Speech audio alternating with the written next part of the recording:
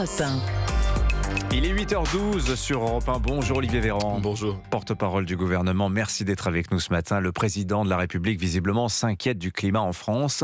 Mercredi, en Conseil des ministres, il a évoqué, je le cite, un processus de décivilisation à l'œuvre dans le pays. Alors c'est la bataille politique depuis autour de ce terme, ce qui est très français. Est-ce que vous pouvez nous éclairer, en tant que porte-parole du gouvernement, Olivier Véran, sur ce que voulait dire le président de la République lorsqu'il emploie ce mot de décivilisation ? Les semaines ont été émaillées par des drames. L'assassinat d'une infirmière, la mort accidentelle de policiers, la démission d'un maire, des agressions contre des représentants de l'État. Si je vais résumer, je dirais qu'au démarrage, il y a eu des incivilités, quand les gens ont commencé à moins bien se parler, dans certains contextes, puis à s'insulter, puis à se menacer. Il y a toujours eu une forme de respect pour les dépositaires de l'autorité de l'État, pour ceux aussi qui étaient là pour prendre soin de nous, assurer notre sécurité, les enseignants, les policiers, les pompiers, les médecins, etc. Et aujourd'hui, ces barrières-là ont cédé. Et les incivilités se transforment progressivement en violence. La décivilisation, c'est l'ensauvagement ? Je sais pas, je m'attache peut-être moins à un mot qu'à ce que nous ressentons. Pourquoi on parle de ça ? Parce que chacun d'entre nous est aussi victime de cela. D'abord au nom de la République, quand l'un des nôtres se fait agresser, menacer, assassiner, c'est nous tous qui sommes impactés. Et ensuite parce que par capillarité, ça nuit aussi au bien-être de chacun. Quand on assiste à cette montée de violence, quand on voit que les rapports entre les gens se sont modifiés, se sont transformés. Mais donc ce diagnostic, vous le faites vôtre, Olivier Véran. Quand vous ouvrez un réseau social et que vous voyez que parce que quelqu'un n'est pas d'accord avec un autre, il va directement l'insulter, le menacer, le caricaturer à l'excès, voire parfois appeler à la haine. Lorsque vous voyez que les barrières ont tombé et que cela touche aussi le monde politique, avec une forme de continuum entre la violence dans la parole politique, la violence sociale, la violence constatée dans la société. On est chacun d'entre nous victime, qu'on s'en rende compte ou non. Et donc la différence entre l'état de nature, si on prend un autre concept, et l'état de droit, fait que dans l'état de droit, la société est organisée, il y a des règles et les gens les respectent. On peut être en désaccord, mais on est toujours dans le respect de l'un de l'autre. Donc vous dites la France sans sauvage, vous faites vôtre ce diagnostic. Il y a eu querelle sur ce terme-là il y a quelques mois de cela. Aujourd'hui c'est décivilisation, mais vous êtes sur la même ligne qu'Emmanuel Macron sur ce point-là, Olivier Véran ? Pardonnez-moi, vous m'interrogez en voulant que je mette des mots, en un mot, résumer quelque chose. Et ni le président, ni qui que ce soit ne cherche à résumer en un mot une pensée qui est plus complexe. Non, mais vous avez bien vu ce qu'il en est dit, c'est-à-dire que pour la gauche, il y a un clin d'œil. Le mot décivilisation, par exemple, j'ai entendu des gens... Vous voyez, c'est assez aussi emblématique de notre incapacité aujourd'hui à vouloir laisser le débat sur des données pourtant importantes. Le mot décivilisation, il a été employé par un sociologue juif qui s'appelait Norbert Elias, qui était dans les années 30 et qui décrivait l'impact de la montée du nazisme dans les sociétés. Bon, c'est pas l'apanage de monsieur Renaud Camus d'extrême droite. Et probablement qu'avant Norbert Elias, d'autres ont utilisé ce mot. Ce qui m'intéresse, et là je vous le dis comme ministre du Renouveau démocratique, c'est que chacun d'entre nous peut aussi avoir une action pour enrayer cette tentation de la violence et cette tentation de la désinhibition. Par exemple, en ne partageant pas des messages sur les réseaux sociaux qui sont haineux, insultants ou qui vont au-delà de l'expression d'un désaccord et qui vont parfois toucher la menace ou attenter à la santé des personnes ou l'intégrité physique ou mentale des personnes. Par exemple aussi, en étant capable, et il m'arrive de le faire, d'appeler des gens qu'on connaît et qui se livrent à ce type d'exercice pour leur dire en fait, tu as voulu exprimer un désaccord, tu n'es pas d'accord avec ce politique, c'est pas pour autant que tu dois menacer de le décapiter.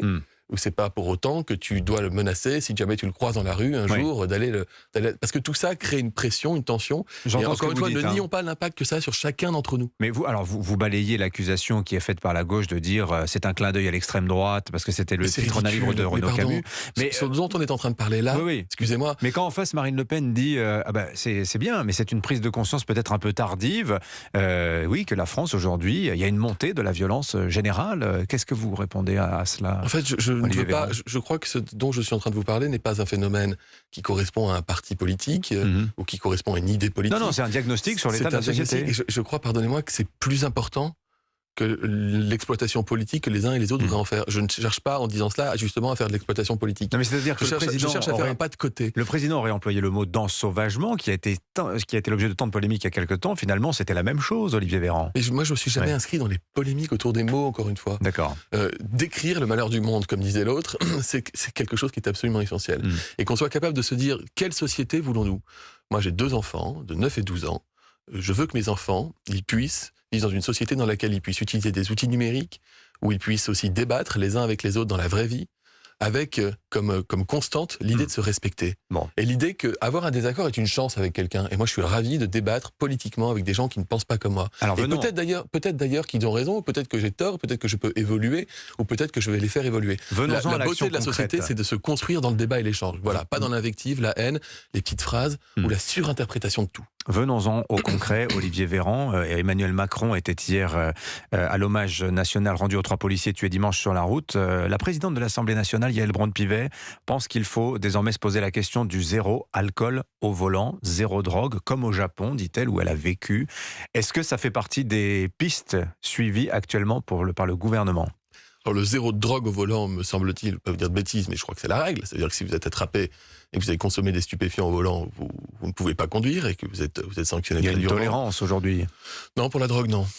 Non, pour la drogue, non. Et vous êtes, même par définition, tant qu'on n'a pas démontré si vous avez des traces résiduelles de drogue dans le sang, on doit vérifier si c'est une consommation qui est récente. Le système des amendes, quand on est pris avec de la drogue dans la poche pendant les mois. Vous avez une sanction dans le code de la route qui est systématique. Si vous êtes pris en ayant consommé de la drogue au volant, il vous arrive forcément quelque chose. Donc quelqu'un qui aurait fumé un pétard, c'est plus grave que quelqu'un qui aurait bu plus que...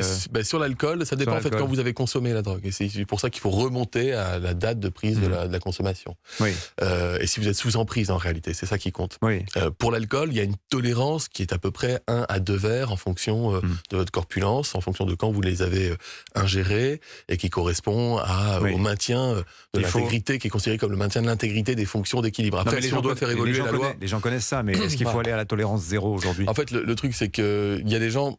Moi, je fais toujours attention, et pourtant c'est le médecin qui vous le dit, je fais toujours attention à ce que quelqu'un qui aurait pris une bière ou vraiment un verre limité il y a 3 heures à l'apéritif et qui pour le coup est parfaitement maître de ses actions, de ses actes, ne se fasse pas choper à 0,0 je ne sais combien grammes et se retrouve considéré comme un délinquant. Voilà, c'est toujours pour ça qu'il y a une tolérance aujourd'hui qui fait que si vous avez bu un verre et demi, il y a quelques temps, vous pouvez être considéré comme pouvant conduire. Après, si on fait évoluer la règle, on la fera évoluer, mais c'est pas dans les cartons aujourd'hui. Oui, parce qu'aujourd'hui, on va vers une tolérance pour les petits excès de vitesse et il faudrait être intraitable sur l'alcool. Ça pourrait être pris comme des signaux contradictoires, d'une certaine manière. Je vous dis juste, c'est le comportement et la conduite sous emprise qu'il faut sanctionner. Alors, autre sujet important cette semaine, Olivier Véran, l'immigration, avec notamment ce plan de répartition des migrants en région qui fait beaucoup parler. Alors, je vous pose la question très directe. Quel plan de répartition des migrants en région ? Ah bah écoutez, excusez-moi, on a parlé que de ça cette semaine. Non, mais vous rentrez du Brésil, mais vous avez suivi l'actualité nationale. Vous pouvez pas dire, vous avez le droit. Mais il y a pas, un dispositif. Je vous le dis, je suis porte-parole du gouvernement, il n'y a pas de plan de répartition des migrants en région. Alors, dire ça, excusez-moi, c'est déjà dans ce cas-là, orienter à mort les choses, quoi. C'est pas du tout ce qui existe. Très bien, c'est un dispositif national d'accueil, on va employer les termes techniques si vous le voulez, mais enfin qui revient en substance à proposer à des migrants en région parisienne ou des sans-abri d'aller prendre une place dans un sas d'accueil en région. J'espère que là, vous êtes satisfait de l'exposer. Région, ce sont les termes officiels. Tout endroit qui serait saturé. En fait, est-ce que c'est lié aux Jeux Olympiques ? Non, il y a 200 000... moi, je vous pose la question parce qu'on n'a parlé que de ça cette semaine. Mais je sais, mais c'est pour ça que je me permets de m'interroger, je vous réponds bien volontiers. Il y a 200 000 hébergements d'urgence aujourd'hui dans notre pays. C'est-à-dire qu'on a atteint un niveau record d'hébergement d'urgence. C'est depuis le Covid d'ailleurs, puisqu'on avait décidé pendant le Covid que l'État se donnait tous les moyens pour qu'il n'y ait personne à la rue. Bon, mais ça c'est très bien, parce que quand les gens sont à la rue, c'est très mal pour plein de raisons. Bon. Ensuite, quelles sont les capacités des territoires à organiser des hébergements d'urgence, des hébergements temporaires? C'est toute la question qui est posée. C'est pas lié aux Jeux Olympiques ou à autre chose. C'est pas lié en particulier à l'Île-de-France. Il se trouve que là où vous avez des grandes préfectures qui traitent les demandes d'asile, eh bien c'est là que les gens qui sont en attente du rendu de leur demande vont plutôt stationner et vont plutôt résider pendant la durée nécessaire. Et donc, ce qui veut dire que, et ça a été une réforme d'ailleurs qui avait été portée il y a une quinzaine d'années, qui faisait que c'est pas toutes les préfectures du pays qui traitent les demandes d'asile, mais seulement quelques-unes. Donc, c'est hyper concentré. Du coup, vous avez rapidement un débordement des capacités d'accueil sur place, dans les villes concernées, des personnes en attente du rendu pour savoir s'ils ont le droit à l'asile ou non. Donc c'est le cas en Ile-de-France, c'est le cas ailleurs, et donc partout où c'est le cas, et nous le faisons depuis des années, donc il n'y a rien de nouveau de ce point de vue-là. Lorsque les centres sont saturés, on crée des places ailleurs, parce qu'à contrario, il y a des endroits où il n'y a pas de préfecture qui traite les demandes d'asile, où il y a très peu Il y a très peu de demandeurs d'asile qui sont à la rue, mais qui ont des capacités d'accueil. Mais c'est quelque chose de régulier depuis des années. Donc il n'y a pas de plan stratégique. Oui. Voilà. Vous voyez la réception quand même par le public de ces annonces, ça prend aucun écro. On voit des lieux d'opposition. Le truc a été attaqué comme si c'était un plan caché vis-à-vis des JO. Je vous le dis, ça n'est pas le cas. Et si vous voulez des preuves, regardez ce qui est fait depuis des années. Il se trouve que député socialiste sous Hollande, je m'étais déjà mobilisé à l'époque pour qu'on puisse modifier le périmètre des demandes d'asile dans les préfectures de France. Mais vous avez vu ce sondage cette semaine dans le Figaro qui dit que les Français, très largement, sont plutôt favorables aux propositions portées par les Républicains pour mettre fin à l'immigration massive. C'est l'intitulé du projet, il n'y a pas d'orientation de ma part. Des propositions qui... C'est pas vous en particulier. J'ai bien compris. Je lis la presse, figurez-vous. Pas d'offense. Ces propositions des Républicains, vous auriez noté aussi qu'elles trouvent un écho plutôt favorable du côté de Gérald Darmanin. C'est moins vrai auprès d'autres figures de la majorité relative ou du gouvernement. Quelle est la position aujourd'hui du gouvernement par rapport à ce projet? Est-ce qu'une entente possible avec les Républicains sur ce projet de loi, cette proposition de loi, ces deux propositions de loi pourraient aboutir? D'abord, le sondage que vous citez, il montre aussi, et surtout, c'est ce qui m'intéresse, en l'occurrence, qu'il y a près de 70% des Français qui sont d'accord avec les mesures que nous portons dans notre projet de loi. C'est-à-dire mieux expulser ceux qui n'ont pas vocation à rester, répondre plus vite aux demandeurs d'asile qui n'ont pas vocation à obtenir l'asile, mais également la mesure qui permet à des étrangers d'occuper des postes dans les métiers à tension pour lesquels on ne trouve pas de travailleurs en France. C'est important de le dire. La droite a eu le mérite de faire des propositions.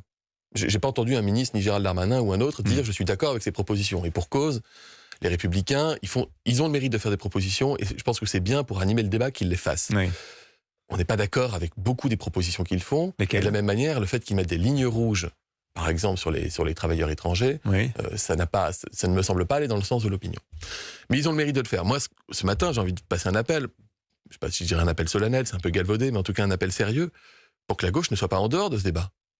La gauche française, la social-démocratie, la gauche de gouvernement, pas LFI, on sait ce qu'ils en pensent, mais la gauche de gouvernement, elle a des choses à dire sur l'immigration et l'intégration dans notre pays.